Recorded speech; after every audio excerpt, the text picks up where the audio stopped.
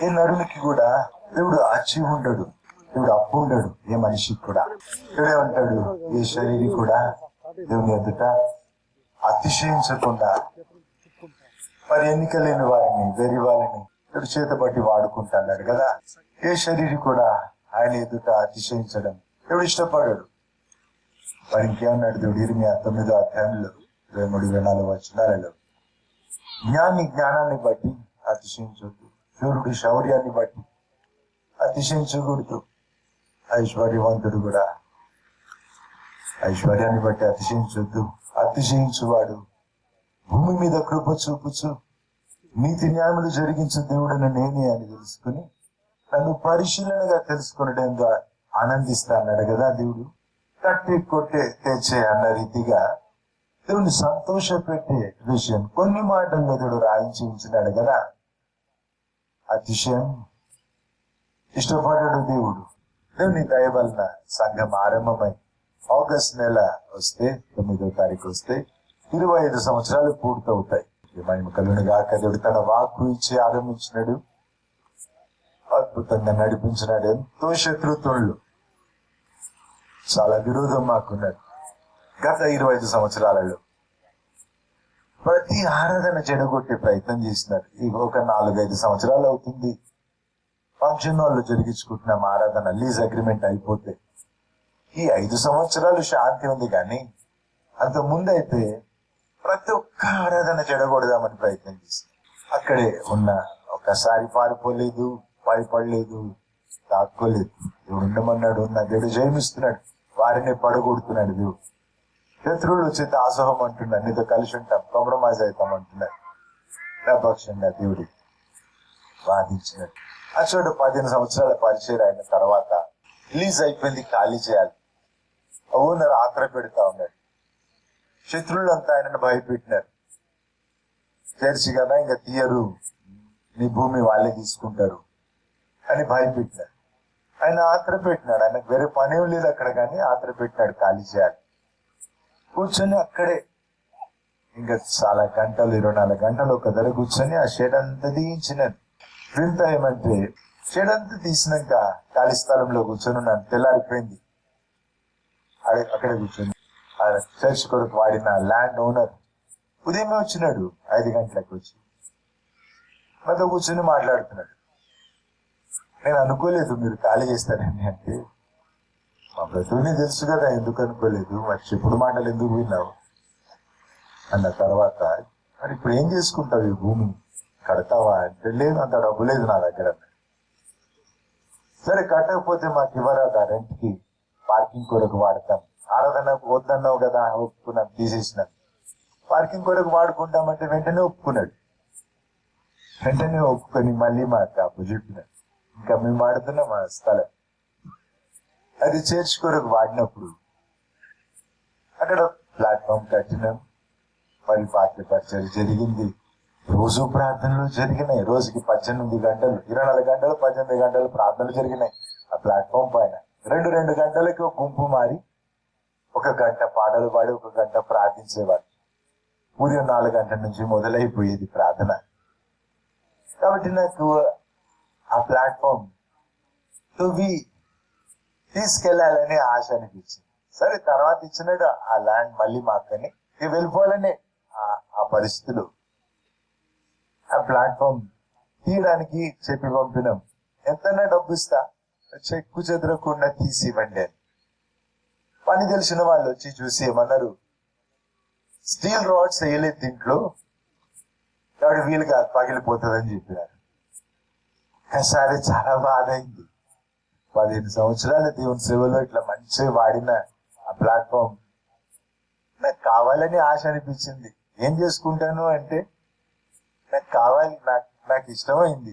బాధలో ఉన్నా అప్పుడే విన్న వార్త, అది తీయడానికి వీలుగా పగిలిపోతుందని చెప్పి ప్రార్థిస్తుంటే స్పష్టంగా దేవుడు ఆత్మలో మాట్లాడి, నీ ప్రయాసకు ప్రతిఫలం నా దగ్గర ఉంది, ప్లాట్ఫామ్ కొరకు బాధపడకు అని చెప్పినాడు. ప్రతిఫలం ఇచ్చేవాడిని నేను, ఓదార్చినాడు దేవుడు.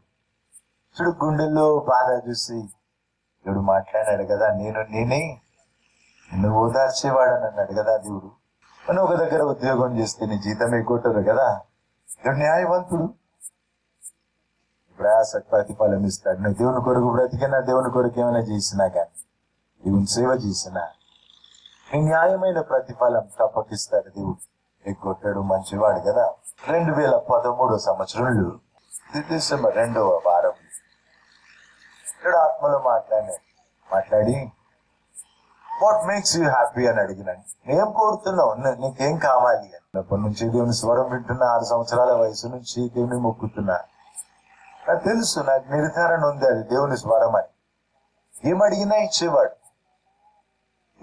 ఇచ్చేవాడు కదా.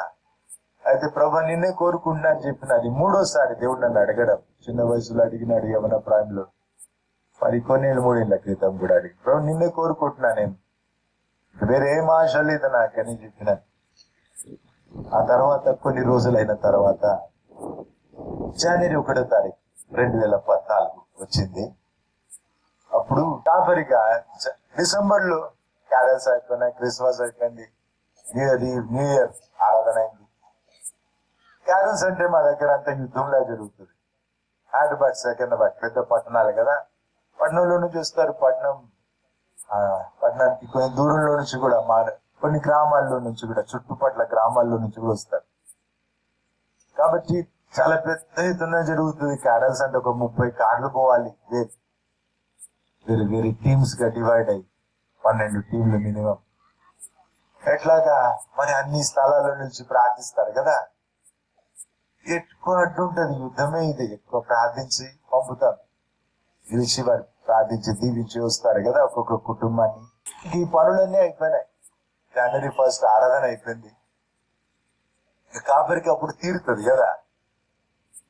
మరి జనవరి 1వ తారీఖు మధ్యరాత్రి అవుతుంటే నేను ఇంకా పడుకుందామని అనుకున్నాను. ఇక్కడ ఆత్మలో మాట్లాడి కంప్యూటర్ ఆన్ చేయమని చెప్పినాడు. అది అప్పుడే 12 దాటిపోయింది. డేట్ మారింది, 2వ తారీఖు వచ్చింది, జనవరి 14 సంవత్సరం. కంప్యూటర్ తో పని లేదు అప్పుడు నాకు. ఇక్కడ ఆత్మలో బలవంతం చేసినాడు.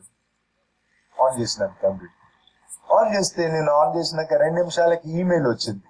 ఇంటర్నెట్ ఎప్పుడు కనెక్ట్ అయి ఉంటుంది, ఆన్ ఉంటుంది కాబట్టి ఈమెయిల్ వచ్చింది.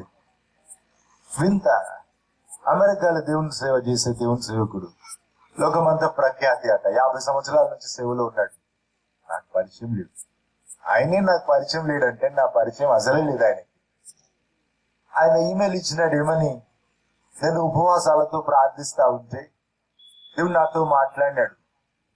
దేవుడు నీ పేరు చెప్పినాడు, నీ ఈమెయిల్ ఐడి చెప్పినాడు, ఈ మాటలు నీకు చెప్పమని దేవుడు చెప్పినాడని దేవుని భయంతో టైప్ చేసినాడు. దాదాపు 50 అంశాలు ఉంటాయి.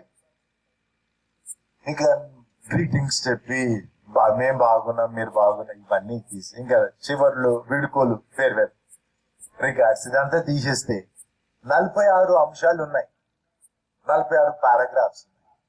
నాకు దేవునికి మాత్రమే తెలిసిన విషయాలు ఎత్తి దేవుడు మాట్లాడాడు. చిన్నప్పటి నుంచి దేవుడు నాకు చేసిన వాగ్దానాలు, ఆ వాగ్దానం ఎత్తి ఇంకా ముందుకు ఎంత దీవించబోతున్నాడో చెప్పినాడు దేవుడు. దేవుని భయం పుట్టే రీతిగా దేవుని మాటలే అని అర్థమయ్యేటట్టు, మళ్ళీ నిర్ధారణ కొరకు అడిగే అవసరం లేకుండా దేవుని మాటలు అవి రేపటి సత్యాలు. చెక్ రాస్తే బౌన్స్ కాకుండా చాలా జాగ్రత్త పడతావు కదా, ఆ టైంకి డబ్బు ఉండేటట్టు. మాట పలికితే ఆ మాటలో ఉంటాడు, తప్పక జరిగిస్తాడు. దేవుని మాటలు నేలను పడవు కదా. కాబట్టి అవన్నీ రేపటి సత్యాలు, చాలా పెద్ద ఆశీర్వాదాలు. వీటన్నిటిలో ఒక గద్దింపు లేదు, ఒక సవరింపు లేదు. దేవుని మెప్పు ఉన్నది, దేవుని వాగ్దానాలు ఉన్నాయి. నమ్మను అని నేను అనుకుంటే నా బైబిల్ గుండె కానించుకొని చెబుతా, అబద్ధం చెప్తే ఇక్కడే చేస్తా. బైబిల్ మాటల్లో దేవుడు ఉన్నాడు కదా, దేవుని సాక్షిగా చెబుతున్నాను. నువ్వు నమ్మకపోతే నాకు ఏం తక్కువైతే జరిగింది చెబుతున్నా నా అనుభవం.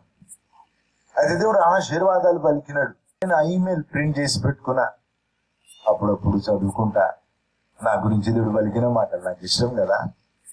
అయితే అవన్నీ గుర్తుండవు, ఒక మాటనే గుర్తుంటది, నా స్నేహితుడా అని పిలిచినాడు దేవుడు. నేను చిన్నప్పటి నుంచి ఆశపడ్డ దేవునితో స్నేహం కావాలని. 6 సంవత్సరాల చిన్న వయసు నుంచి అబ్రహాము దేవుని స్నేహితుడని చదివితే, అప్పుడు పుడితే బాగుండు, కొన్ని బలులు అనిపిస్తే అయిపోయేది కదా అనుకునేవాడు. క్రొత్త నిబంధనలో యోహాను యేసు రొమ్మున అనుకున్నాడని చదివితే, అయ్యో అప్పుడన్నా పుట్టలేదు, అదేదో నా చేతిలో ఉన్నట్టు. ఎంత అంటే మూల కూర్చొని కుమిలిపోయి బాధపడే అంత బాధపడేవాడిని. ఆ కాలంలో పుట్టలేదని. యోహాను సువార్త 15వ అధ్యాయంలో మీరు నా ఆజ్ఞలు జరిగిస్తే నా స్నేహితులు అన్నాడు కదా దేవుడు. ఆ మాట చదివినప్పుడు నెమ్మదైంది. నాకు ఉంది అవకాశం. ఒకళ్ళ మీద బైబిల్ చదువుకున్న, 100 సార్లు చదివి ముగించిన, లోకం వద్దనుకున్న, దేవుని మెప్పించాలని బ్రతికిన ఈ క్షణం వరకు అంతకంటే వేరే ఆశ లేదు. 11వ రోజు వాక్యం చెప్పడం, ఒక్కొక్క రోజు 2 సార్లు వాక్యం చెప్పడం. గొంతు ఒప్పుకోవడం లేదు, దేహం స్ట్రైక్ చేస్తా ఉంది. మానవరీతిగా అయితే వీలు కాదు. నా దేవుని కొరకు ఏమైనా చేస్తా, నిలిచినా కదా మళ్ళీ చెప్పడానికి. నేను చెబుతున్నాను, నా దేవుణ్ణి మెప్పించాలనే ఆశ తప్ప ఇంకేం లేదు. ఏదో సేవ ఎక్కువ చేసుకోవాలి, ఇంకేదో డబ్బు పేరు ఏం లేదు. తృప్తి చెంది ఉన్నా, నేను దేవుళ్ళో ఆనందిస్తున్నా. చూడు, నా స్నేహితుడు అని దేవుడు పిలిచినప్పుడైతే ఈ జన్మకింత చాలు, ఎక్కడన్నా అడవులు పోయి ఉన్నా, ఆకులు తిన్నా పర్వాలేదు, కానీ ఇంకేం వద్దు అనిపించింది. ఇంకా అప్పటి నుంచి మనుషులతో మాట్లాడడం తక్కువ చేసేసినాను. అయితే అంత తృప్తి ఉంది. చూడు, దేవుడు నీకేం కావాలి అని అడిగినాడు కదా. నిన్నే కోరుకుంటున్నా అంటే తన స్నేహానికి ఆహ్వానించినాడు కదా. నా ప్రయాసకు ప్రతిఫలం నేను కోరినట్టు ఇచ్చినాడు కదా. సరే, నువ్వు చెప్పడం లేదుగా, నేను ఇస్తాలే. ఓ మామిడి తోట ఇస్తా, ఒక కొబ్బరి తోట ఇస్తా, ఒక చేపల చెరువు ఇస్తా, నీకు ఒక ఏరోప్లేన్ ఇస్తా అంటే నాకేం సంతోషం అయ్యేది కాదు. ఎప్పుడు కోరుకోలేదు కదా ఇవి. దేవుడు చాలనుకున్నప్పుడు, దేవుడు కనబడితే సంతోషం, దేవుడు మాట్లాడితే సంతోషం, దేవుడు మెచ్చితే సంతోషం. ఇక అంత మించిన ప్రపంచం వేరే లేదు. ప్రతిఫలం ఇయ్యకోరి దేవుడు అడిగినాడు కదా, వాట్ మేక్స్ యూ హ్యాపీ, నీకేం కావాలంటే. నేను చెప్పినా, నిన్నే కోరుకున్నా. మరి నా స్నేహితుడా అని పిలిచినాడు కదా. నాకు ప్రతిఫలం ఇచ్చేప్పుడు దేవుడు నా ఇష్టం చూసినాడు కదా. నా ఇష్టం చూసినాడు. నేను ఆశపడ్డ దేవునితో స్నేహం అని. ఎంత తృప్తి ఉంది. ఇది ఎంత ఘనత, ఎంత పెద్ద ఆశీర్వాదం. కష్టపడి సంపాదించుకునేది కాదు కదా, దేవుడు దయదలిచి ఇచ్చినాడు నాకు కదా. ఆశపడ్డా నిజం, మరి ఆయన ఇష్టం కదా, అనుగ్రహించినాడు. దేవుళ్ళు నీ ప్రయాస వృధా కాదని అందుకే ఇంత ధైర్యంగా చెబుతున్నా. దేవుడు అచ్చి ఉన్నాడు ఏ నరునికి. ప్రాణం కంటే ఎక్కువ ప్రేమించి, నాకు ఇంకా వేరే ప్రపంచమే లేదు, వేరేం వద్దంటే, సరే నేను కావాలా నీకు అని నాకు దొరికినాడు కదా. తన స్నేహానికి ఆహ్వానించినాడు. మానవాళి చరిత్రలో మిగిలిపోయేటట్టుగా దీవించినాడు కదా నన్ను. మరి ఒక్కొక్కరు నా ప్రార్థనలకు ప్రత్యుత్తరం రావడం లేదు, ప్రయాసపడుతున్నా. మరి దేవుడేమో మౌనం దాల్చినాడు. ఎన్నో పరీక్షలు వస్తున్నాయి, ఎంతకాలమో తెలియదని. వీటి వైపు, కష్టాల వైపు చూసి నిరాశ చెందుతారు కదా. అది ఎట్లుంటది? అమెరికాలో బోర్వెల్ మామూలుగా పెట్రోల్ కొరకు తవ్వితే పెట్రోల్ వస్తే వారికి, మన ఇండియాలో అట్లా ఉండదు. ఒక అతను చాలా లక్షలు ఖర్చు పెట్టి పెట్రోల్ కొరకు డ్రిల్లింగ్ చేసినాడు. చాలా లోతు పోతే కూడా ఆయిల్ రాలేదు. ఉన్న ఆస్తి అంతా అమ్ముకున్నాడు, అప్పులైనాయి. విసిగిపోయి అమ్మేసినాడు. ఆ పెట్రోల్ వెల్ అమ్మేసినాడు. కొన్నవాడు కొన్ని ఫీట్లు తవ్వితే పెట్రోల్ పడ్డది. వాడు కొంచెం ఓర్చుకుంటే వాడికి దక్కేది సంపద కదా. వాడు బ్రతికంతా ఏడ్చుకుంటూ చచ్చిపోయి ఉంటాడు. అదే బాధ గుండెలు కదా. ఇంత పోగొట్టుకున్నా కదా నేను. అయితే ఆత్మీయంగా అట్లుంటది. ఆశీర్వాదం ఏ మలుపులు మొదలవుతుందో కదా. ఈ క్షణము దేవుడిని దర్శించేది. చూడు, నా స్నేహితుడు అని దేవుడు పిలిచే ఆ సమయం నాకు తెలీదు. 9 ఏళ్ల క్రితం దేవుడు పిలిచినాడు అంటే నాకు అప్పుడు 54 సంవత్సరాలు. నేను 6 ఏళ్ల వయసు నుంచి వేచి ఉన్నా. ఆయన స్నేహం కోరి, ఆయన కొరకు బ్రతికిన. ప్రత్యేకంగా స్నేహితులు అడిగేవాళ్ళు, అసంతృప్తి కనబడతావేంటి, ఏం తక్కువైంది, ఇది కాదు నేను కోరుకుంది, ఇవన్నీ కాదని చెప్పిన. దేవుని కోరుకున్నాను, దేవుని కొరకు ఆశపడ్డా. నేను నిలిపినట్టు నిందారహితంగా ఈ క్షణం వరకు పవిత్రంగా నిలబెట్టినాడు దేవుడు. అయితే నేను దేవుడు 28 సంవత్సరాలకు నన్ను సేవకు పిలిచినాడు. 7 సంవత్సరాలు సౌత్ సెంట్రల్ రైల్వేలో ఎఫ్ఐఎన్సి ఆఫీస్ అంటారు, అకౌంట్స్ డిపార్ట్మెంట్ లో రైలు నిలయంలో జాబ్ చేసినాను. దేవుడు సేవకు పిలిస్తే జాబ్ రిజైన్ చేసి వచ్చినాను. దేవుడు చెప్పిన పనులు చేస్తున్నాను, చాలా పనులు అప్పచెప్పినాడు. నా కొరకు సైన్యం సిద్ధపరచమన్నాడు దేవుడు. నీ ద్వారా సంఘం స్థాపించుకుంటా, లోకమంతా సంఘాలు స్థాపించడానికి నేను వాడుకుంటా అని చెప్పినాడు.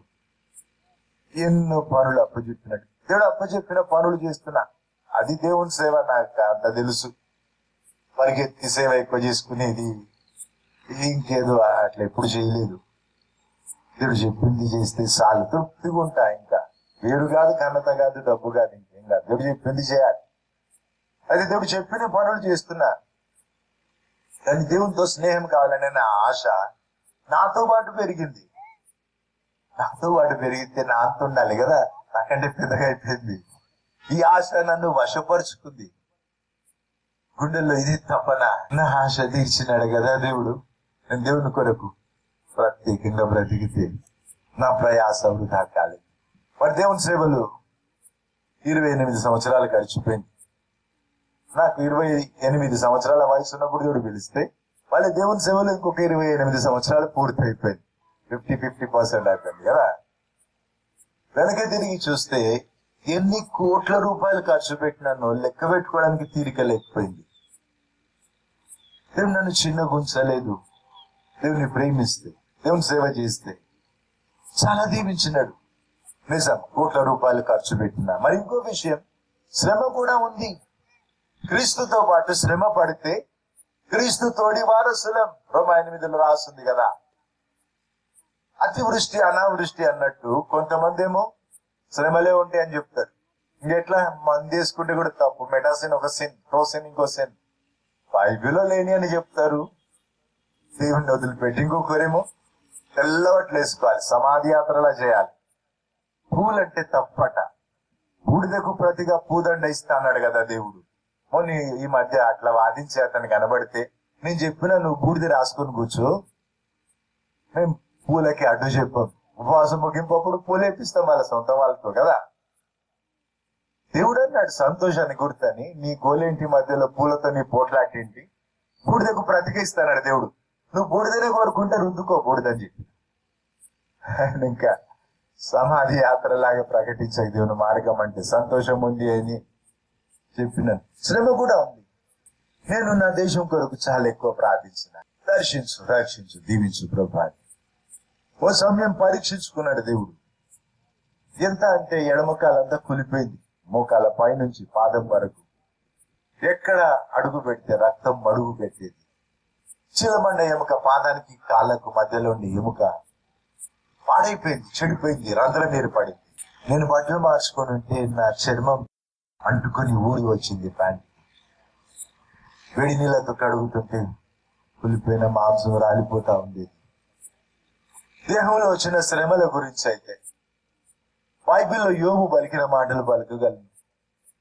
పరీక్షించుకున్నాడు దేవుడు. ఎన్ని ఈగలు వాలేవి, చెత్త వాసన వచ్చేది నా దగ్గర.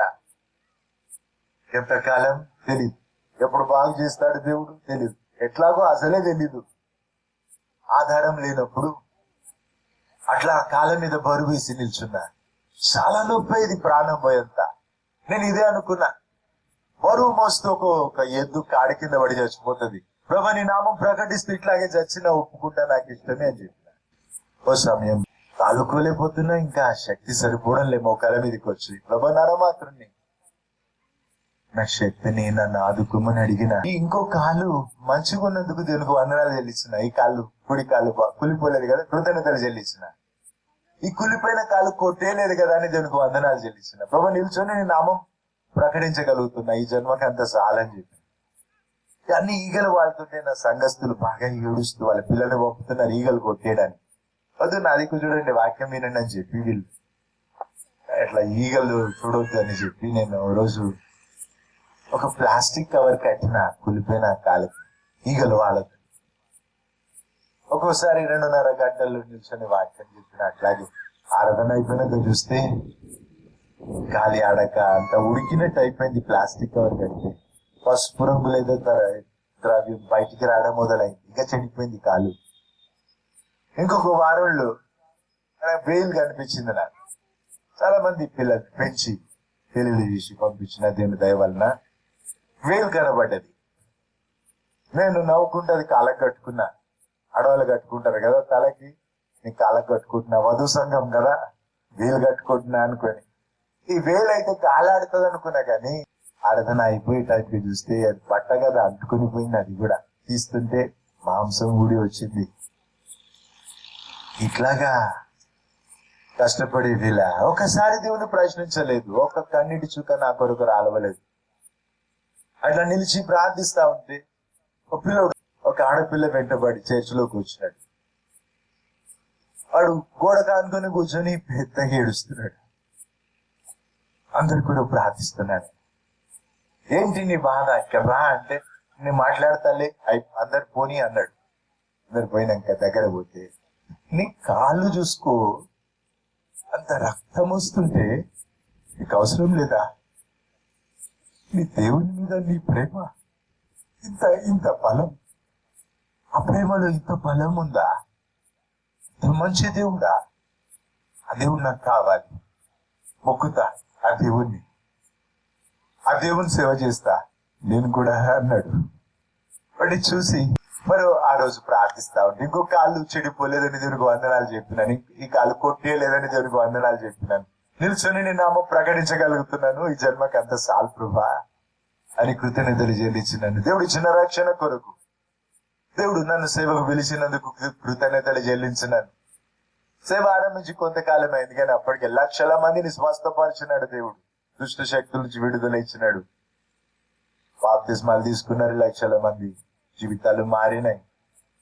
నేను అవన్నీ తలుసుకుని దేవునికి వందనాలు చెప్తా ఉంటే, నాకు అర్హత లేదు, నన్ను చేతబట్టి వాడుకుంటున్నావు కదా అని కృతజ్ఞతలు చెల్లిస్తా ఉంటే, అప్పుడు చేతి వేళ్ళు వచ్చి నా కాళ్ళను తాకినాయి. గాయమున్న చోట, చీలమండ ఎముక ఉండే చోట, రంధ్రం ఉన్న చోట స్పర్శ తాకింది. దేవుని శక్తిలోన ప్రవహించింది. ఉలికిపడి చూస్తే రంధ్రం ఉన్న చోట తెల్లగా ఎముక కనబడ్డది. అప్పుడే సృజించినాడు దేవుడు. భూమి ఆకాశాలు సముద్రాలు మాట పలికి సృజించిన దేవుడు, పలికినా నేను మంచిగా అయిపోయేవాడిని కదా. లేదు, దిగి వచ్చి నడిచి వచ్చి నా కాలు ముట్టుకున్నాడు. మనిషి ఇంకో మనిషి కాలు ముట్టాడు, చిన్నతనం అంటాడు కదా. దేవుడు నా కాలు ముట్టుకున్నాడు. శిష్యుల పాదాలు కడిగిన యేసయ్య నా కాళ్ళు ముట్టుకున్నాడు. కొత్త ఎముక సృజించినాడు. ఆ కాళ్ళ మీద నిల్చొని చెబుతున్నాను. ఉంది శ్రమ, ఉంది దేవుని మార్గంలో, దేవుని సేవలో. అయితే శ్రమ మాత్రమే కాదు, శ్రమలు ఎప్పుడు ఉండవు. దేవుని పరీక్షించుకోలేదా? దేవుడు పరీక్షించుకుంటాడు. బంగారం పుటం వేయరా, మెలిమి బంగారం అవుతుంది. పరీక్షించుకుంటాడు దేవుడు నీ ప్రేమ, నీ విశ్వాసం. చూడు, తన స్నేహానికి ఆహ్వానించే ముందు నా మనసు చూసినాడు కదా దేవుడు. ఏం కొడతావు అని అడిగినాడు కదా, పరీక్షించుకున్నాడు, ఆయనగా దీవించినాడు కదా. ఒక్కొక్కరు ఏమంటారు? Prosperity gospel. నువ్వు నమ్మితే ఎప్పుడు సుఖం, సంతోషం, ఆరోగ్యం, సమృద్ధి అని చెప్తారు. శ్రమ ఉండదని చెప్తారు. శ్రమ వస్తే ఏమో పాపం చేసినావు, రోగం వస్తే ఏమో పాపం చేసినావు. నాకు వచ్చింది రోగం, దేవుడు సెలవిచ్చిండు, నా కాళ్ళల్లో చెడ్డ వాసన వచ్చేది, నా దగ్గర అన్ని శవం మీద వాలిందానికంటే ఎక్కువ ఈగలు వాలేవి. నేను అనుకోలేదు ఏ పాపం చేసినా, నేను ఎందుకు ఇట్లా అయింది. లేదు, ఇప్పుడు పరీక్షించుకుంటున్నాడని గ్రహించిన, ఎదురు చూసిన దేవుని కొరకు వచ్చినాడు, ముట్టినాడు, కొత్త ఎముక సృజించినాడు, మునుపటి కంటే చాలా ఎక్కువ దీవించినాడు. చూడు, సాక్ష్యానికి నాకు కాలే ఉంది. ఎటువంటి మొండి వాళ్ళు, వాదించడానికి, పోట్లాడడానికి వచ్చిన వాళ్ళు సాక్ష్యం విని దేవునికి దాసోహం అంటున్నారు. ఆ దేవుడు మాకు కావాలంటున్నారు. ఒకసారి ఆత్మల ఐశ్వర్యమా అని దేవుడు అడిగినాడు. ఆత్మలు కావాలి ప్రభా అని కోరుకున్నాను. గట్టిగా దారిద్ర్యం అనుభవించినాను. 1, 2, 3 సంవత్సరాల నుంచి నా పరిస్థితి మారింది. దారిద్ర్యం అంటే ఈ అందరూ ఒప్పుకోరేమో, ఎందుకంటే కేరళ మీటింగ్స్ కి వెళ్ళేది ఉంటే ఒక 40 మందిని తీసుకొని పోయినాను. దేవుడు అన్నాడు, నువ్వు వెళ్తూ ఉండగా ఇస్తాను, దారిలో ఇస్తాను, ట్రైన్ లో ఇస్తాను, అక్కడ వెళ్ళినాక ఇస్తాను. అట్లాగే ఇచ్చినాడు. 80,000 రూపాయలు ఖర్చు పెట్టాను. మీటింగ్స్ అయిపోయినాక వాళ్ళంతా నాతో వచ్చిన వాళ్ళు 2 రోజులు నుండి కేరళ చూసి వచ్చినారు. మరి తిరిగి వచ్చినాక వాళ్ళకి మంచి భోజనం పెడదామంటే డబ్బు లేదు. పప్పు మామిడికాయ పచ్చడి పెట్టినాను. నేనేం చెప్పాడు, ఆ అవసరతకి ఆ సమయానికి దేవుడు ఇచ్చినాడు, ఆదుకున్నాడు. ఒక్కొక్క రూపాయి కొరకైతే తణుకులాట ఉండింది. దారిద్రం అనుభవించిన ఆత్మల ఐశ్వర్యం అన్నాడు కదా దేవుడు, ఆత్మలు విస్తారంగా ఇచ్చినాడు. ఒక్కొక్క రూపాయి కొరకైతే తణుకులాడినాం. డబ్బు లేనందుకు అవమానాలు చూసినాను, చాలా నీచంగా ఎంచినారు. కానీ నేనే కోరుకున్నా, నేను ఎప్పుడు కూడా విసుక్కోలేదు, ప్రశ్నించలేదు దేవుణ్ణి. సాయం అడిగిన, శక్తి ఇమ్మని అడిగిన, సాగిన. 3 సంవత్సరాల నుంచి పరిస్థితి మార్చేసినాడు దేవుడు. లక్షలు చూపిస్తా ఉన్నాడు దేవుడు. ఒక్కొక్కసారి ఒక్క రోజులో 2 లక్షలు దాటి ఖర్చు పెడుతున్నాను. ఏదో పొలం కొనడానికి కాదు, బండి కొనడానికి కాదు, ఇల్లు కట్టడానికి కాదు, చిల్లర ఖర్చులు. పెద్ద సంఘం, దేవుడు అప్పు చెప్పినాడు, పెద్ద బాధ్యతలు. మామూలు ఖర్చులకి ఒక్క రోజులో కొన్నిసార్లు 2 లక్షలు దాటి ఖర్చు పెడుతున్నాం. పోయిన కొన్ని రోజుల్లో మేము హైదరాబాద్ వదిలి వచ్చినాం. సతనపల్లిలో ఉన్న మా ఊరు కాదు కదా, గుంటూరు అబ్బాయి సత్యం గారు తప్ప మాకు ఇంకెవరు తెలీదు. ఉన్న దగ్గరికి దేవుడు ఎన్నో విధానాలు అందించినాడు దేవుడు. వివరాలు చెప్పను. అక్కడ హైదరాబాద్ చర్చ్ నుంచి ఇక మాతో క్లోజ్ గా ఉండని మనుషులు ఫోన్ చేసి వాళ్ళు 47,000 అకౌంట్లు ఇస్తున్నామని చెప్పడం. ఎట్లా వింత దేవుడు అందించినాడంటే ఇంకా పూర్తి లెక్క రాసుకోలేదు. నేను మామూలుగా అంచనా వేస్తే 4 లక్షలు దాటి ఖర్చు పెట్టినాను. సత్తనపల్లిలో కూర్చొని నా బాధ్యతలన్నీ జరిగించుకున్నాను. నేనేం చెప్పదలిచినాను, నా పరిస్థితి మార్చిన దేవుడు. పరీక్షించుకునే సమయం ఉండింది చాలా సంవత్సరాలు. మరి నువ్వు దేవుని సేవలో ఉంటే నువ్వు బలపడ్డానికి చెప్తున్నాను. సేవ ఆరంభం నుంచి 28 సంవత్సరాల్లో 3 సంవత్సరాలు తీసేయి, 25 సంవత్సరాలు కటిగా దారిద్ర్యం అనుభవించిన తణుకులాట. ఒక్కొక్క రూపాయి కొరకు హ్యాండ్ టు మౌత్ అంటారు కదా, hand to mouth in delayed strokes. చెయ్యి నుంచి నోటి వరకు అంటారు కదా, అది కూడా ఆలస్యంగా. నేనే కోరుకున్నా, ఆత్మలు కావాలన్నా ధర చెల్లిస్తా. దేవుడు ఏ దారిలో నడిపినా, ఏ పిలుపుతో పిలిచినా ఇష్టంగా పోతా ఆయన ఎంట. సరే, నా దేశం కొరకు ప్రార్థించిన, ఇలా కాళ్ళు కూలిపోయి రక్తం గారిపోతా ఉంటాయి. దుప్పట్లు మడితేసి పెట్టేవాడిని కాళ్ళ కింద. ఎన్నిసార్లు దుప్పుతారని న్యూస్ పేపర్ పెట్టేది మొదలు పెట్టిన, చుట్టి పారేయచ్చు కదా. నాకేం తెలుసు అప్పుడు. పారేసిన రక్తం తీసుకుని శత్రువులు భయంకరంగా మంత్రక్రియలు చేసినారు. నా DNA ఉంటది కదా దాంట్లో, నా రక్తం. ఇంకెక్కువ కష్టపడ్డా. అప్పుడు అవన్నీ తెలియదు నాకు. సరే, నా రక్తంతో తడిసిన కాగితం నేను పారేయడానికి తీసుకెళ్తున్నా. ఎవరికి ఇచ్చేవాడిని కాదు, కుంటుతూ గోడ పట్టుకొని నేనే తీసుకెళ్లి పడేసేవాడిని. అట్లా పోతుంటే మా భక్తుని రక్తంతో ఈ దేశం నేల తడిసిందని చెప్తావు కదా, మరి నీ దేశం కొరకు నీ రక్తం మొలకనిస్తావా అని దేవుడు అడిగినాడు. అడిగింది దేవుడు కదా. ఆ చెత్త అంటే నా రక్తం పారేసి వచ్చే వేళ మనుషులు ఇదే తలపు, ఇది నా రక్తం, నా జీవం ఉంది, అంతా పోతుంది రక్తం, సావు దగ్గర వచ్చిందేమో అనిపించి. సరే, అడిగినాడు కదా దేవుడు. తిరిగి వచ్చి కూర్చొని ప్రత్యుత్తరం ఇచ్చిన దేవునికి, నా దేశం కొరకు నా రక్తం మొలకడం ఒప్పుకుంటా ప్రభా అని చెప్పాను. మాట్లాడేది దేవునితో కదా. అడిగిన ప్రశ్నకు జవాబు చెప్పిన. ఆ తర్వాత చెప్పిన, నా దేశం కొరకు నా జీవితాన్ని నువ్వు ఎరువుగా వాడినా ఒప్పుకుంటా, విత్తనంగా వాడినా ఒప్పుకుంటా. నా దేశాన్ని నువ్వు దర్శించడం, రక్షించడం, దీవించడం, నిన్ను చూడకున్నా పర్వాలేదు, అయితే దర్శించు, రక్షించు, దీవించమని అడిగిన. కొట్టి మాటలు కావు, దేవునితో చెప్పినా కదా. మరి దేవుడు విన్నాడు ఆ ప్రార్థన. మన దేశాన్ని, దేశస్తులను చాలా దీవిస్తున్నాడు. అన్ని రంగాల్లో తలగా ఉంచుతున్నాడు దేవుడు. ఇదివరకు ఇండియన్ బేకర్స్ అనేవాళ్ళు, భారతీయులను భిక్షకులు అనేవాళ్ళు, ఇప్పుడు ఇండియన్ కింగ్స్ అంటున్నారు. దేవుడు అట్లా దీవించినాడు. అయితే ఉంది, శ్రమ కూడా ఉంది దేవుని మార్గంలో. శ్రమలే ఉండవు ఎప్పుడు. శ్రమ తీరినాక, శ్రమ దాటినాక చాలా ఎక్కువ దీవిస్తాడు దేవుడు. ఆ శ్రమలో నీలో చోటు పెంచుకుంటాడు దేవుడు తన కొరకు. నీ విశ్వాసం పెంచుతాడు, నీ బలం పెంచుతాడు, ఆశీర్వాదం పట్టడానికి చోటు పెంచుతాడు, నీ క్షమాపణ పెంచుతాడు, నీ ప్రేమ పెంచుతాడు. ఆ శ్రమ తీరినాక ఇంకెక్కువ దీవిస్తాడు కూడా. ఇస్మాయిల్ సంతానం కొరకు ప్రార్థించిన. నేనేమన్నాను, అడవి గాడిది స్వభావం అన్నావు ప్రభా ఇస్మాయిల్. అందరితో పోట్లాడతావు, అందరు నీతో పోట్లాడతారన్నావు, నీ కత్తి చేత బట్టి గెలుస్తాడు అని చెప్పినావు ఇస్మాయిల్కి. నువ్వు పలికిన ఈ మాట ఆ జాతికి శాపమైంది. చేరుకోలేకపోతున్నారు. ఎవరు నమ్మడం లేదు, చంపుతున్నారు. లోకమంతా నరకం నిండిపోతుంది. నువ్వు పలికిన ఈ మాట నుంచి వారిని విడిపించు. నువ్వు వేసినావు కదా ప్రభా తాళం, నువ్వే పగలగొట్టమని అడిగిన. నీ రక్తంలో వాళ్ళకు కూడా పాలుంది కదా అని అడిగితే గంభీరంగా దేవుని స్వరం వినిపించింది, చెవులు మోగిపోయేటట్టుగా. మానవాళి చరిత్రలు ఏ నరపుత్రుడు ఎప్పుడు నన్ను అడిగని విషయాలన్నీ అడుగుతున్నావు, తెగించి అడుగుతున్నావు కదా, మరి తారా చెల్లిస్తావా అని అడిగినాడు. సిద్ధం ప్రభా అని చెప్పినను. 10 సంవత్సరాల నుంచి ఇరాన్ దేశంలో కూడా, సౌదీలు, లోకమంతటా ముస్లింలు చాలా మంది దేవుని తిరుగుతున్నారు. టెర్రరిస్టులు కూడా మారుతున్నారు. ఈజిప్ట్ లో ఒక్కసారి మధ్యాహ్నం 2 గంటలకి ఒక ఊరంతా యేసు ప్రభు కనబడ్డాడు. 50,000 మంది ఒక్కసారి యేసు ప్రభు నమ్మినారు. సౌదీలో కళల్లో కనబడుతున్నాడట ప్రభు. రహస్య విశ్వాసాలు ఉన్నారు. ఇప్పుడు అండర్ గ్రౌండ్ చర్చెస్ ఉన్నాయి సౌదీ అరేబియాలో. సౌదీ అరేబియాలో ఒక ప్రభుత్వ అధికారి గురించి విన్నాను. క్రైస్తవులు టూరిస్ట్ వీసా తీసుకొని పోతారు, దేవుని సేవకులు కూడా దొంగచాడ కలుసుకొని దేవుని మొక్కుతారు. ఆయన వచ్చి తలుపు కొట్టి తీసుకెళ్ళినాడంటే వాళ్ళ ఎముకలు కూడా మళ్ళీ దొరకలేదు. దాదాపు 300 మంది దాటి అట్లా చంపినాడట ఆయన.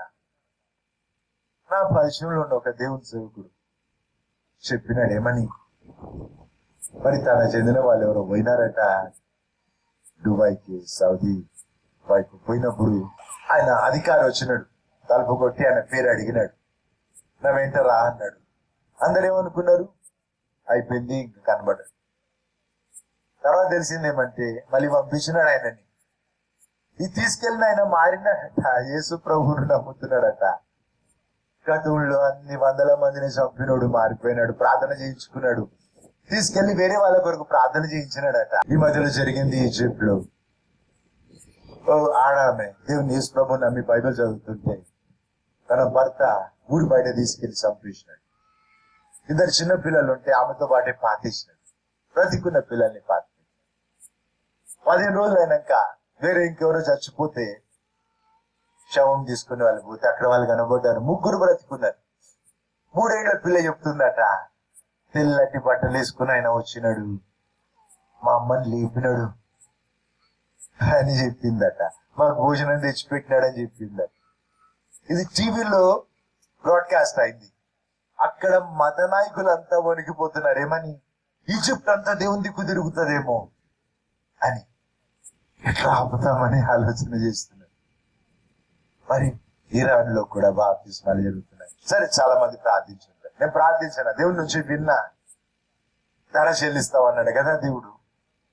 ఆ రోజు నుంచి శ్రమలు పుట్టినప్పటి నుంచి చూడని కష్టాలు మొదలైనాయి. ఆ రోజు నేను వ్యాన్ నడుపుతున్నా, అచ్చంపేటకి పోతున్నా, మహబూబ్ నగర్ లో అచ్చంపేట బ్రాంచెస్. బస్ కింద నలిగిపోయి చచ్చిపోయే వాళ్ళం, వెంట్రుక మందంలో తప్పింది.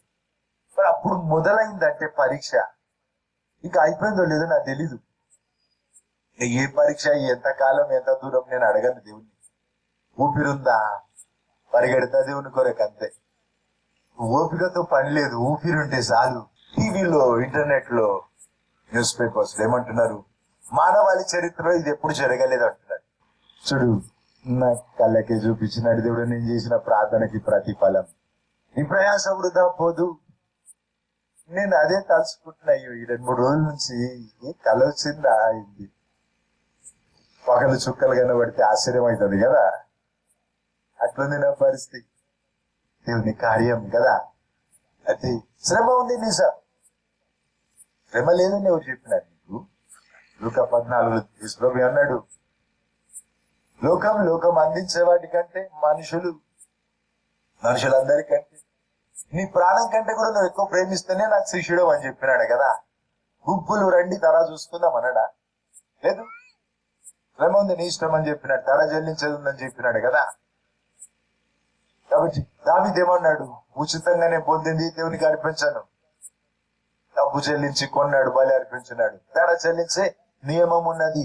అపోస్తలుడైన పౌలు అన్నాడు, నాకేదైతే లాభకరమో అది నష్టముగా పెంటగా ఎంచుకుంటా అన్నాడు కదా. క్రీస్తు యేసును గురించిన అతి శ్రేష్టమైన జ్ఞానం కొరకు తర చెల్లించే నియమం చెప్తున్నా.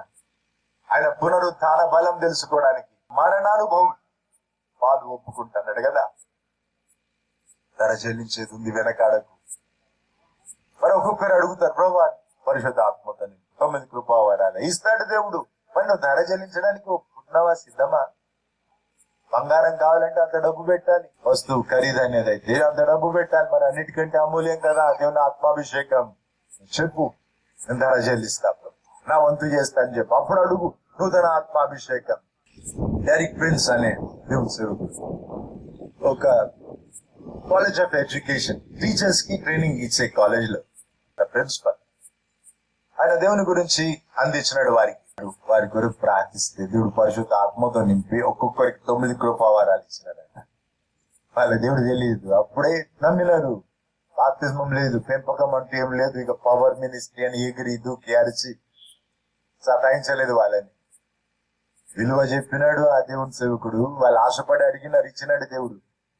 మరి నువ్వు దేవుడు కావాలని ఆశపడితే నీ ఆశగల ప్రాణాన్ని తృప్తిపరుస్తున్నాడు కదా దేవుడు. నీ ప్రాణాత్మ శరీరాలు ఆయన సన్నిధితో తృప్తిపరుస్తాడు. పరిశుద్ధాత్మతో నిన్ను నింపుతాడు దేవుడు. 9 కృపావరాల కొరకు శ్రేష్టమైన ఈవులు అపేక్షించడం రాసం. నువ్వు అడుగుదాం, చిత్తమైతే ఇస్తాడు. ధర చెల్లిస్తా అని చెప్పి అడుగు. ప్రకటన 22:13-15 వరకు. నేను అల్ఫా ఒమేగా అని అంటున్నాడు కదా.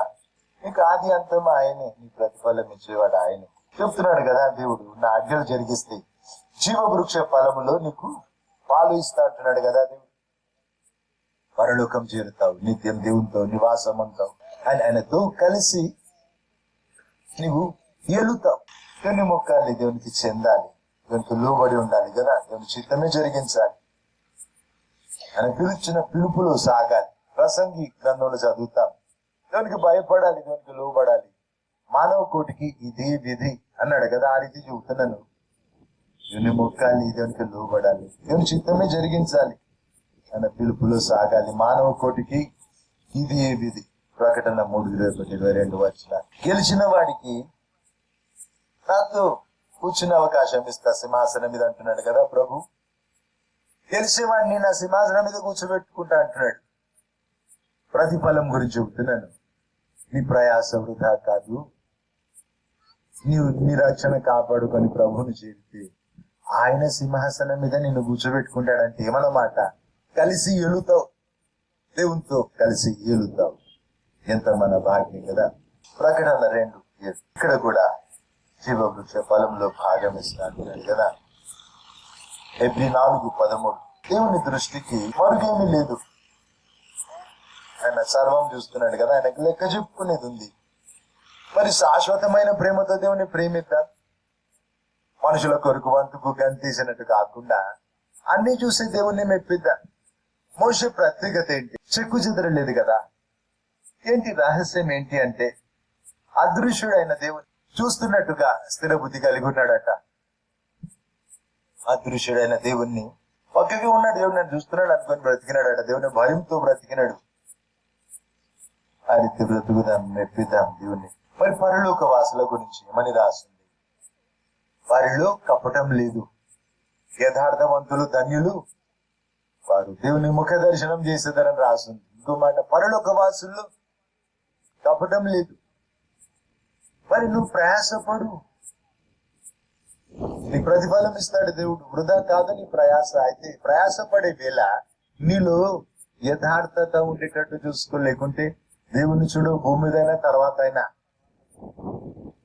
పరలోక వాసులు కపటం లేదట.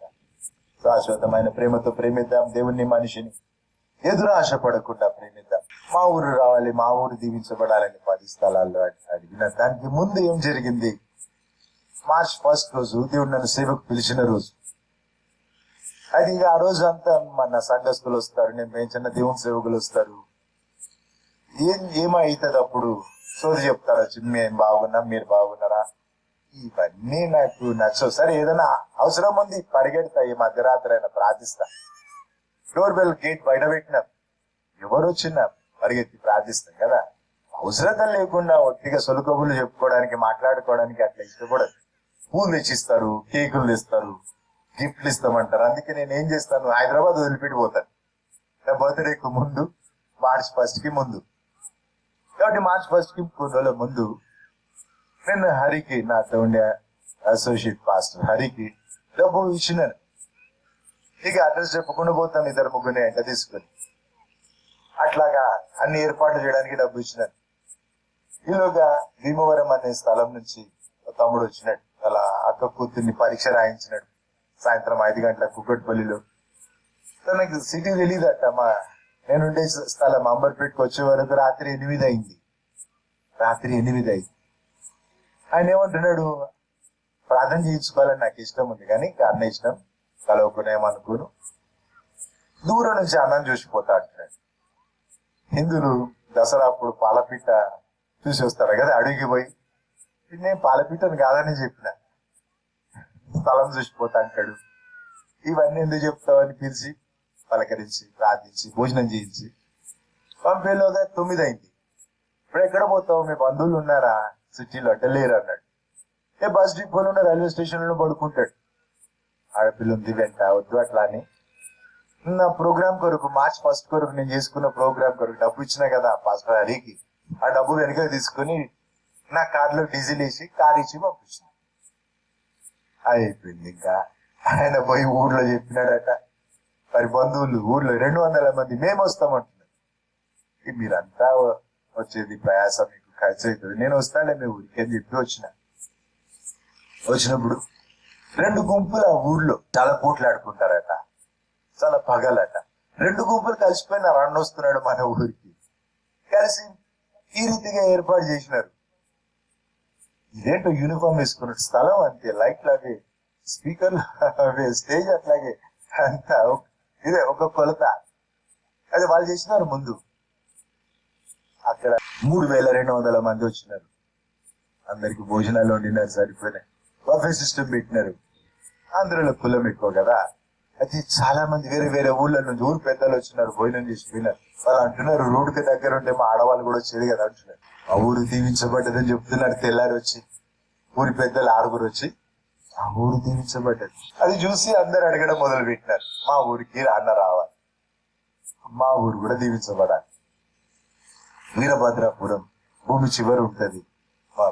సత్యమయ్య గారు అటుకెళ్ళినారు మమ్మల్ని. గుంటూరు కొరకు విని వచ్చిన దేవుని నుంచి. అయ్యగారేమో కొంచెం లాగినారు, ఆశీర్వాదం దేవుని కృప. ప్రకాశం జిల్లా వరకు లాగినారు కదా. సరే మేము దారిలో పోతున్నాం, పెద్ద వర్షం మొదలైంది. మానవరీతిగా ఆశ లేదు మీటింగ్ జరుగుతుందని ప్రార్థించిన నేను, నాతో ఉన్న వాళ్ళంతా. పోయినాక వాక్యం ఆరంభిస్తే ఒక చునుకు లేదు. వచ్చేసినాక కుంభవర్షం కురిసింది. అంత వర్షం దేవుడు ఆపినాడే కదా.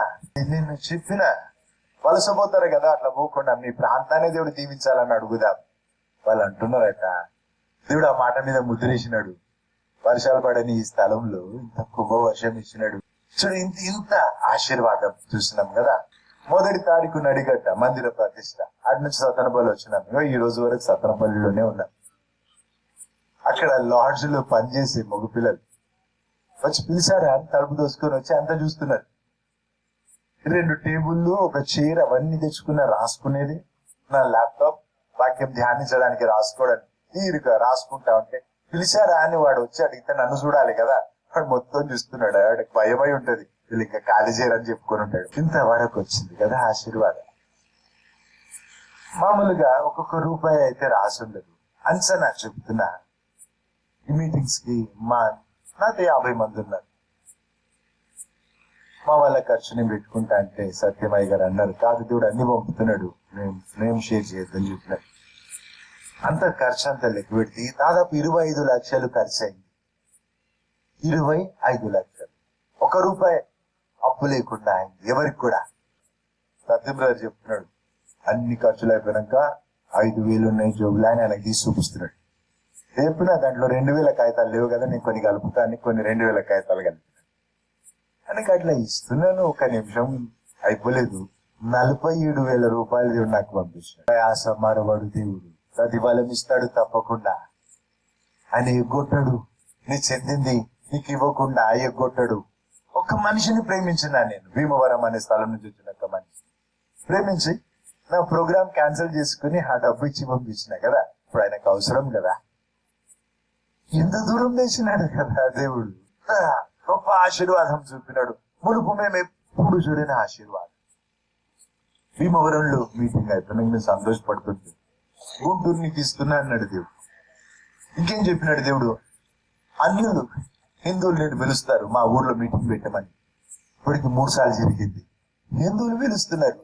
మా దేవుడు అంటే తెలిసింది. ఒక్కరోజు సరిపోవడం లేదు, 3 రోజులు మీటింగ్ పెట్టండి, మేము ఖర్చు పెట్టుకుంటామని చెప్తున్నారు. ఈ ప్రయాస మరవడు దేవుడు. ఇది ఊహకు మించి ఉంది కదా జరిగిన కార్యాలు. నీ ప్రయాస మరవడు దేవుడు, ప్రతిఫలం ఇస్తాడు. ఏ నరునికి అచ్చి ఉండడు దేవుడు. 2 పేతురు 1:3-8. మనకు కావలసినవన్నీ దేవుడు ఇస్తాడు ఈ లోక యాత్రలో బ్రతకడానికి, గెలవడానికి. అయితే మన వంతు చెప్పినాడు దేవుడు. ఏమంటున్నాడు? 2 పేతురు 1:5 నుంచి చదివితే, నీ వంతు ప్రయాస ఉంది. నీ విశ్వాసానికి జ్ఞానం జత చేసుకోవాలట. జ్ఞానానికి ఆశా నిగ్రహం, ఆ తర్వాత పట్టుదల, మరి దైవ భక్తి, సహోదర ప్రేమ. చివరిలో ప్రేమ గురించి రాస్తుంది. అలాగా ప్రేమించమన్నాడు కదా ప్రభు. కాల్చడానికి నీ శరీరం ఇచ్చిన ప్రేమ లేకుంటే వ్యర్థుడు అన్నాడు దేవుడు. అయితే నీలో ఆ ప్రేమ రావాలంటే, ఆ ప్రేమ నువ్వు చూపాలంటే 10 ఆజ్ఞలు ఇచ్చిన దేవుడే ఇంకొక ఆజ్ఞ ఇచ్చినాడు, నాలా ప్రేమించమన్నాడు. ప్రాణం కంటే ఎక్కువగా సమానంగా ఎదురు ఆశపడకుండా నేను అట్లనే బ్రతుకుతున్నాను. అయితే నీళ్ళు దేవుని ప్రేమ రావాలంటే ఆ ప్రేమ గురించి కిరీటంలా చెప్పినాడు దేవుడు. ఒక రాజు దర్బారుకు పోయినా, యుద్ధానికి పోయినా అన్ని తొడుక్కుంటాడు. ఇట్లా చేతులు పెడితే ఆయన దుస్తులు వేస్తారు, ఇంకా ఆయన మరి కవచం వేస్తారు. వరుసగా అంతా సిద్ధపడ్డాక చివరిలో కిరీటం తెచ్చిస్తారు కదా. అట్లా రాయబడి ఉంది. నీళ్ళు ప్రేమ రావాలంటే మొట్టమొదట విశ్వాసానికి జ్ఞానం, దేవుని గురించిన జ్ఞానం. నా ప్రజలు జ్ఞానం లేక నశిస్తున్నారు అన్నాడు కదా దేవుడు. జ్ఞానం జత చేసుకోవాలి. ఆశా నిగ్రహం, పట్టుదల, భక్తి, సోదర ప్రేమ. తర్వాత అప్పుడు ప్రభు ప్రేమ తలమానికలా కిరీటం లాగా ధరించేది. మిగతా ఉంటేనే ప్రేమ ఉండుద్ది. మన వంతు పని ఉన్నది. ఆత్మ ఫలం ఏమనగా రాస్తుంది కదా గలితీ 5:23-24. అవును, నువ్వు పరిశుద్ధ ఆత్మను పొందితే ఆత్మఫలం నీలో కనబడాలి. ఆత్మఫలం అది సొంతగా రాదు నీకు. దైవ లక్షణాలు అది. దేవుడు తన ఆత్మతో నింపితేనే వీలైతుంది. 9 గుణ లక్షణాలు కలిపితే ఒక పండట ఆత్మఫలం. ఆలోచించు ఆత్మఫలం గురించి. మరి ఆ తర్వాత ఇప్పుడు చెప్పుకున్న వాక్య భాగం, విశ్వాసానికి జ్ఞానం, జ్ఞానానికి ఆశా నిగ్రహం, అట్లాగా భక్తి చేత చేయాలి, పట్టుదల చేత చేయాలి, సోదర ప్రేమ. చివర్లు కిరీటం లాగా ప్రభు ప్రేమ నువ్వు చూపాలి. కనబడే మనిషిని నువ్వు ప్రేమించకపోతే కనబడని దేవుని ఎట్లా ప్రేమిస్తావు అని దేవుడే అడుగుతాడు. అలా ప్రేమించమన్నది దేవుని ఆజ్ఞ. మరి జరిగించు ఆజ్ఞ అతిక్రమం పాపం కదా.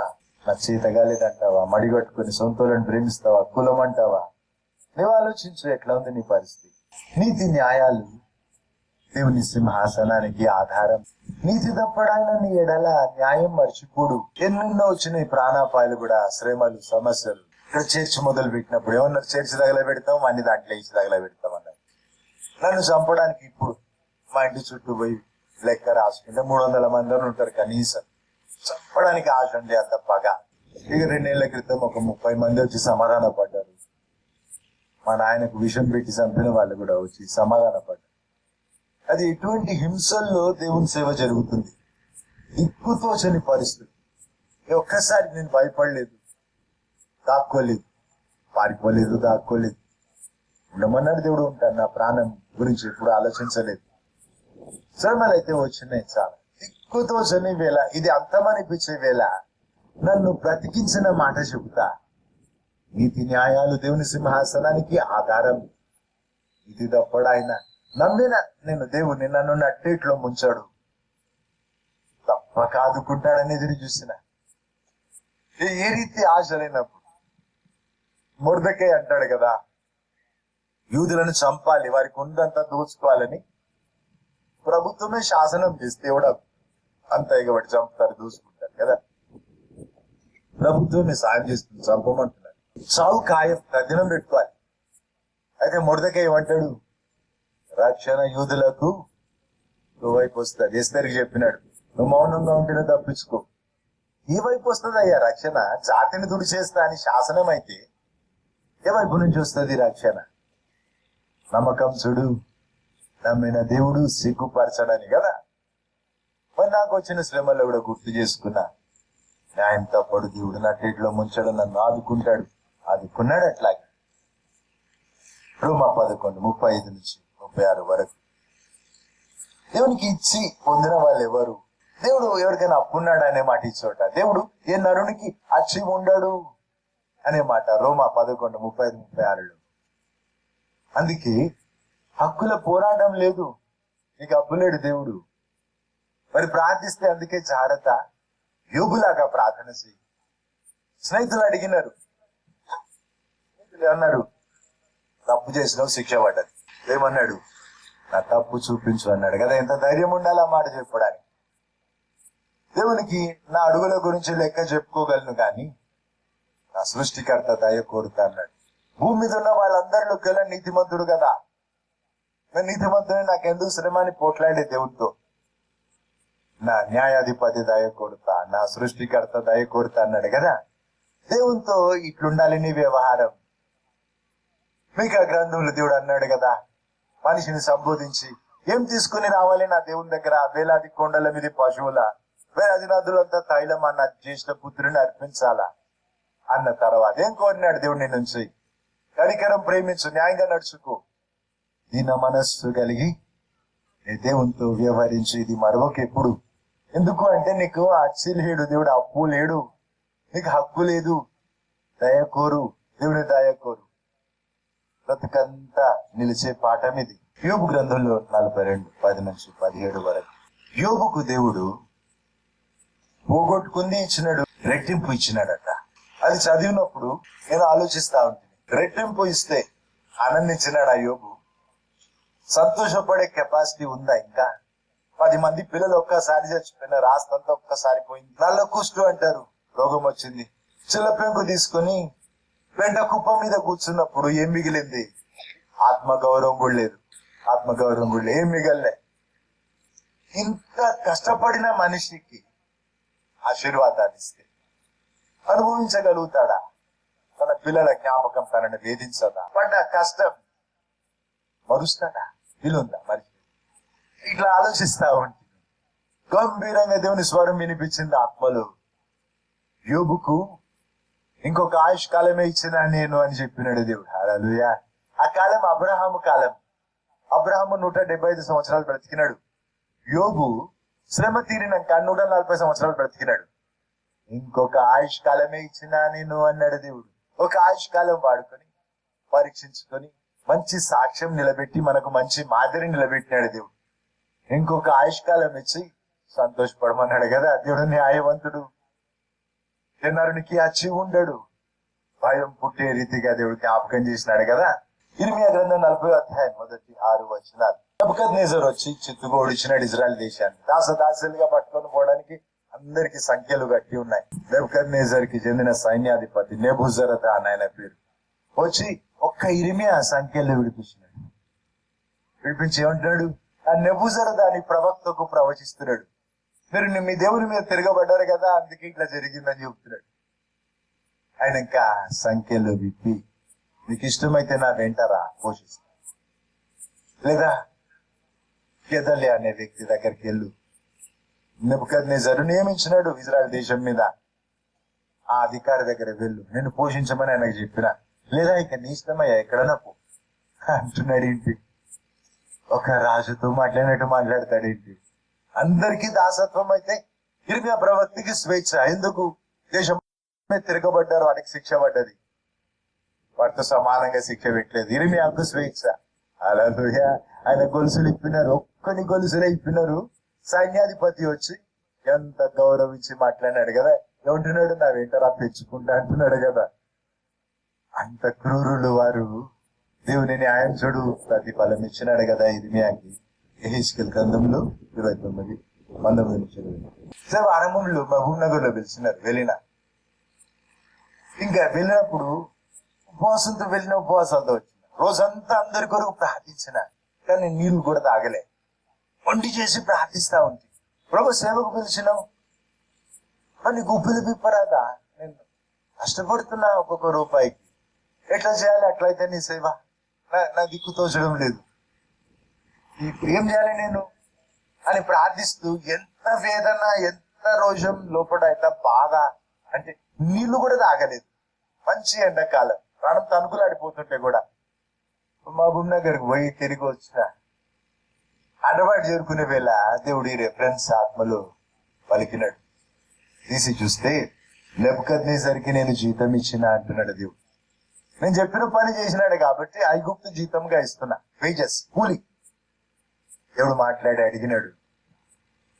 లోకమంతా వెళ్ళినాడు నెబుకద్నెజరు, రాజ్యాలన్నీ అప్పచెప్పినాడు దేవుడు, మనుషులను అప్పచెప్పినాడు, పక్షులని పశువులను అప్పచెప్పినాడు. దేవుడు అన్నాడు, నెబుకద్నెజరుకు నేను జీతం ఇస్తే నీ జీతం ఏమి ఎక్కువటనని చెప్పినాడు. ఇంకెప్పుడు అట్లా మతి తప్పి ప్రార్థించలేదు. నేను ఎదురు చూసిన దేవుని కొరకు దేని చిత్తం ఎంత అయితే అంత. మంచి గుండెలు మిగిలిపోయింది. ఈ పాఠం, నీ న్యాయమైన ప్రతిఫలం దేవుని దగ్గర ఉంది. నీ ప్రయాస మరవడు, నీ జీతం ఎగ్గొట్టాడు దేవుడు. మత్తయి సువార్త 10:42. గిన్నెడు చల్లనీళ్ళు ఇస్తే కూడా ప్రతిఫలం ఇస్తానడు దేవుడు. గిన్నెడు చల్లనీళ్ళు ఇస్తేనే ప్రతిఫలం ఇచ్చే దేవుడు, నువ్వు లోకం వద్దు, నాకు పాపం వద్దనుకొని, పథ్యం ఉంటే పాపం వద్దని దేవుని కొరకు బ్రతికితే, నువ్వు త్యాగమే చూపితే ప్రతిఫలం ఇస్తాడు దేవుడు, తప్పకుండా ఇస్తాడు. మోషే గారి దగ్గర దేవుడు వచ్చినప్పుడు అన్నాడు, చేతిలో ఏమున్నది? దేవునికి తెలీదా? కాపరి దుడ్డు కర్ర, అది తెలీదా సృష్టికర్తకి? మోషే ఐగుప్తు వదిలి వచ్చినప్పుడు కొంతకాలం వరకు కత్తి తల కింద పెట్టుకొని పడుకొని ఉంటాడు కదా. ఎప్పుడుకు అర్థమైంది ఇక ఈ కత్తితో పని లేదు. గొర్రెల కాపరిగా కుదురుకున్నాడు.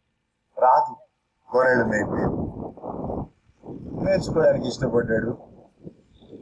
ఐగుప్తుల విద్యలన్నీ నేర్చిన వాడు, మంచి మేధావి కదా, జ్ఞానం ఉంది. కానీ తనకు సమానం దొరకలేదు. 40 ఏళ్ళు ఎవరితో ఎక్కువ మాట్లాడలేదేమో. దేవుడు కనబడితే నేను నత్తివాడిని అంటున్నాడు. ముందు నత్తి లేదా ఆయనకి, తర్వాత వచ్చింది. మాటల్లో క్రియలలో నేర్పరి అని రాస్తుంది కదా. ఎండి గొర్రెలతో ఉండి మౌనం వచ్చింది కదా. కలిస్తే గొర్రెల కాపర్లు కలుస్తారు. ఎటువంటి మనిషి ఏ స్థితి ఒప్పుకున్నాడు? సింహాసనమే వదులుకున్నాడు. ఐగుప్తు వైభవం అంతా వదులుకున్నాడు. సింహాసనం కాళ్ళ దగ్గర ఉండింది. రాజదండానికి బదులు కాపరి దుడ్డు కర్ర తీసుకున్నాడు కదా. చెట్టు దగ్గర పోయి ఆ కర్ర నరుకునేప్పుడు ఎన్ని సావులు చచ్చినాడు కదా. చేతిలో రాజదండం ఉండే బదులు కాపరి దుడ్డు కర్ర ధర మార్చుకున్నాడు. దేవుని ప్రజలతో ఉండడానికి కోరుకున్నాడు. అల్పకాల పాప భోగం అనుభవించే కంటే దేవుడు వచ్చినప్పుడు అన్నాడు దేవుడు, నీ చేతులు ఏమున్నది? ఏమంటున్నాడు దేవుడు? నువ్వు చూపిన త్యాగం నేను చూసినా, నా కొరకు ఎంత విడిచిపెట్టినావో నాకు తెలుసు. రాజదండం బదులు కాపరి దుడ్డు కర్ర ఒప్పుకున్నావు కదా అని చెప్పి ఆ కర్రని దీవించి ఇచ్చినాడు కదా. ఆ కర్ర తీసుకొని పోయి రాజులకు ఆజ్ఞలు ఇచ్చినాడు. సముద్రం కనబడితే పోట్లాడకపోయినా నేనే గెలుస్తా అని సముద్రంలో దారైంది. నేను చూడు ప్రయాస మరవనని చెప్తున్నాడు కదా దేవుడు మోషే గారితో. నా కొరకు నువ్వు ఎంత విడిచిపెట్టినావో నాకు తెలుసు. చూడు, అంతకంటే ఎన్నో రెట్లు ఎక్కువ ఇచ్చినాడు కదా. దేవునితో స్నేహమే ఇచ్చినాడు కదా. చరిత్రలో పేరు మిగిలిపోయింది కదా. ఎంత ఎంత ఘనత! నిత్యం దేవుని స్నేహితునిగా యుగ యుగాలు. సిలువకు ముందు మోషే ఏలియా వచ్చి మాట్లాడినారు కదా ప్రభువైన యేసుక్రీస్తుతో. సంప్రదింపుల మట్టి మనుషులతో మానవాళి చరిత్రలో ఓ మంచి మేలు దేవుడు చేయబోయే ముందు, బలియాగానికి సిలువ యాగానికి ముందు మోషే ఏలియాలు వచ్చి మాట్లాడినాడు కదా. చూడు, ఆయన వదులుకున్నాడు రాజదండం. అయితే ఎంత ఇచ్చినాడు దేవుడు తిరిగి.